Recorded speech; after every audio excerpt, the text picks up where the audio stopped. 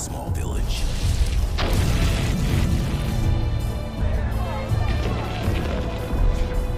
With only 23 days left, what he tried to leave behind and what he tried to protect.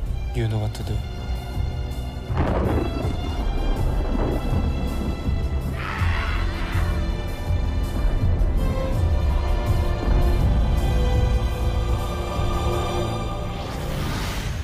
Elle changed the world. Hai, selamat datang di channel Cowok Film. Kali ini aku bakal melanjutkan alur film Death Note yang ketiga yang berjudul Elle Changed the World.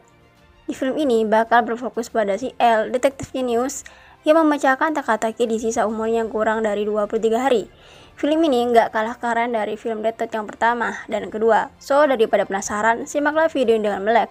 Namun sebelum lanjut, tekan tombol subscribe dan like di bawah ya.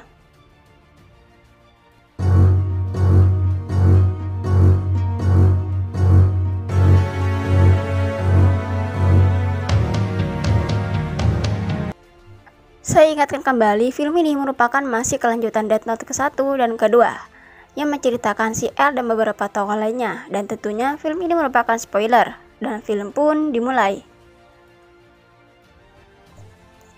Di awal film diperlihatkan Naomi Takada sedang menjalankan tugas yang diberikan oleh Elle.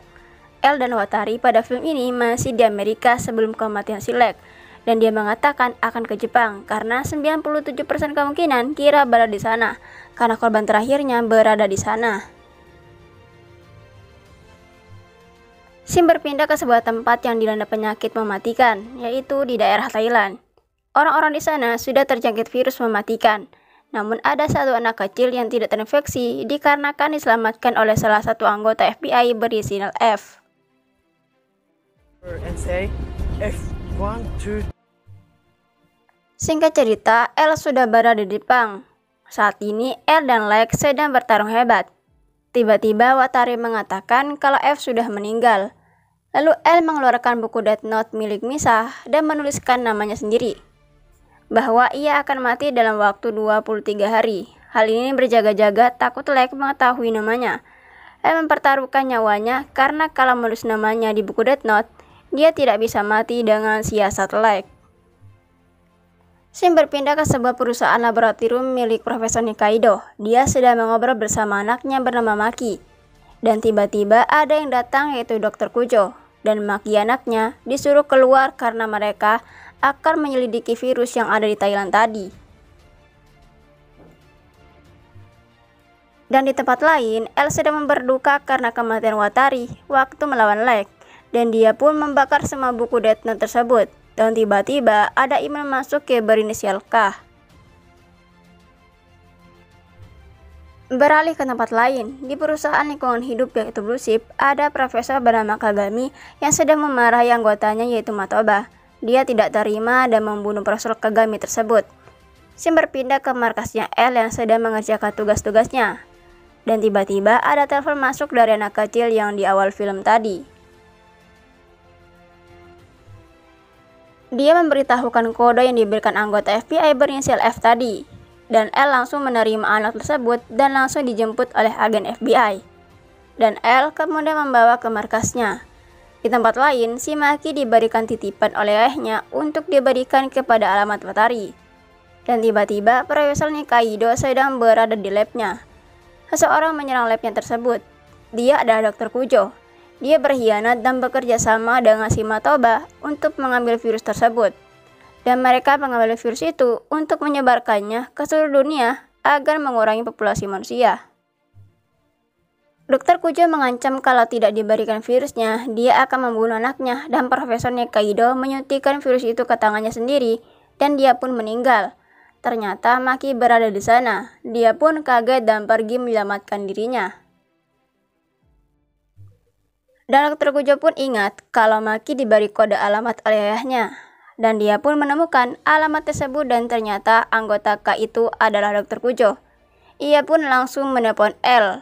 Elle pun menyadari ada yang aneh pada saat menelpon. Karena di balik kaca ada seseorang dan ada yang membawa pistol. Esok harinya ada supir taksi yang ingin mengantarkan anak kecil yaitu si Maki. Dan Maki pun langsung dijemput L dan dibawa ke markasnya. Dan tiba-tiba Dr. Kujo dan anggotanya datang ke markas si L untuk menjemput si Maki. Seketika si Maki langsung menyuntikkan virus itu ke lehernya. Dan pada saat anak buahnya Matoba ingin menembak Maki, L pun langsung membantunya dan membawa Maki dan anak kecil itu lari keluar kota. Pada saat L membawa mereka dan Maki pingsan, tiba-tiba ada anggota FBI yang menolong, yaitu Pak Suruga. Mereka pun pergi membawa mobil untuk kabur. L merasa pas diikuti dan L pun berhenti dan berjalan, dan Pak Suruga dibuat umpan saja. Di tengah-tengah perjalanan di pasar, tiba-tiba anak kecil tadi mendekati toko dan memegang robot-robotan. Dan L sedang membeli magnet. Mereka sedang makan bersama. Dan L berkata bahwa virus yang dibawa Maki itu palsu. Namun Maki mengatakan setiap hari dia disuntik oleh ayahnya yang mungkin itu antivirus. Dr. Kujo dan Matoba pun mengatakan kalau tubuh Maki itu adalah virus dan antivirus. Jadi mereka akan menangkap Maki tersebut. Keesokan harinya saat akan pergi ke Profesor Matsudo, yakni temannya Profesor Nikaido, anak kecil tadi melihat tugas Maki di buku dan tiba-tiba ada orang yang melihat Maki ketakutan. Dikarenakan Dr. Kujo memberitahukan kepada seluruh masyarakat bahwa ada pasien yang kabur, yakni si Maki. Spontan penumpang kereta lari ketakutan dan L langsung membawa Maki dan anak kecil tersebut. Mereka pun akhirnya sampai di rumah Profesor Matsudo. Dia marah-marah kepada L karena membawa Maki yang sudah terkena virus. Dan Profesor Matsudo pun luluh dan sepakat akan membuatkan antivirusnya tersebut. Dan saat di laboratorium, anak kecil tadi mengerjakan tugas si Maki di papan tulis. Ternyata itu adalah kunci yang diberikan oleh ayahnya Maki. L dan Profesor Matsudo pun mengetahui dan dibuatlah antivirusnya. Ketika mereka akan pulang dari makan siangnya, si Maki malah diam-diam akan bertemu dengan Dr. Kujo untuk balas dendam atas kematian ayahnya. Namun si Maki yang malah diculik Dr. Kujo dan anggotanya. L pun langsung menyusul si Maki, namun sayangnya dia telah terlambat. L pun meminta untuk segera menyelesaikan antivirusnya dan membuatkan sebanyak mungkin. Si Maki pun akan dibawa ke Amerika untuk disebarkan virusnya. Namun tiba-tiba si L dan Pak Suruga menghadang pesawatnya, dan L pun langsung melompat ke dalam pesawat. Seketika komplotan Dr. Kujo dan anak buahnya menyandra seisi pesawat untuk tidak keluar.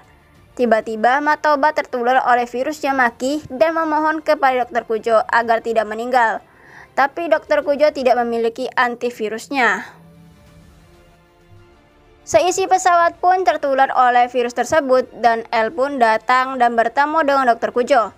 Mereka berdua pun saling beradu argumen. Namun sayangnya Dr. Kujo pun ikut tertular virusnya dan L pun menyuntikkan antivirus itu kepada Dr. Kujo karena Dr. Kujo adalah anak Watari.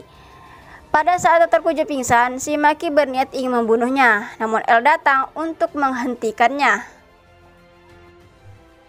Dan semua penumpang pun telah selamatkan, dan Dr. Kujo dan Matoba serta anggotanya ditangkap oleh polisi.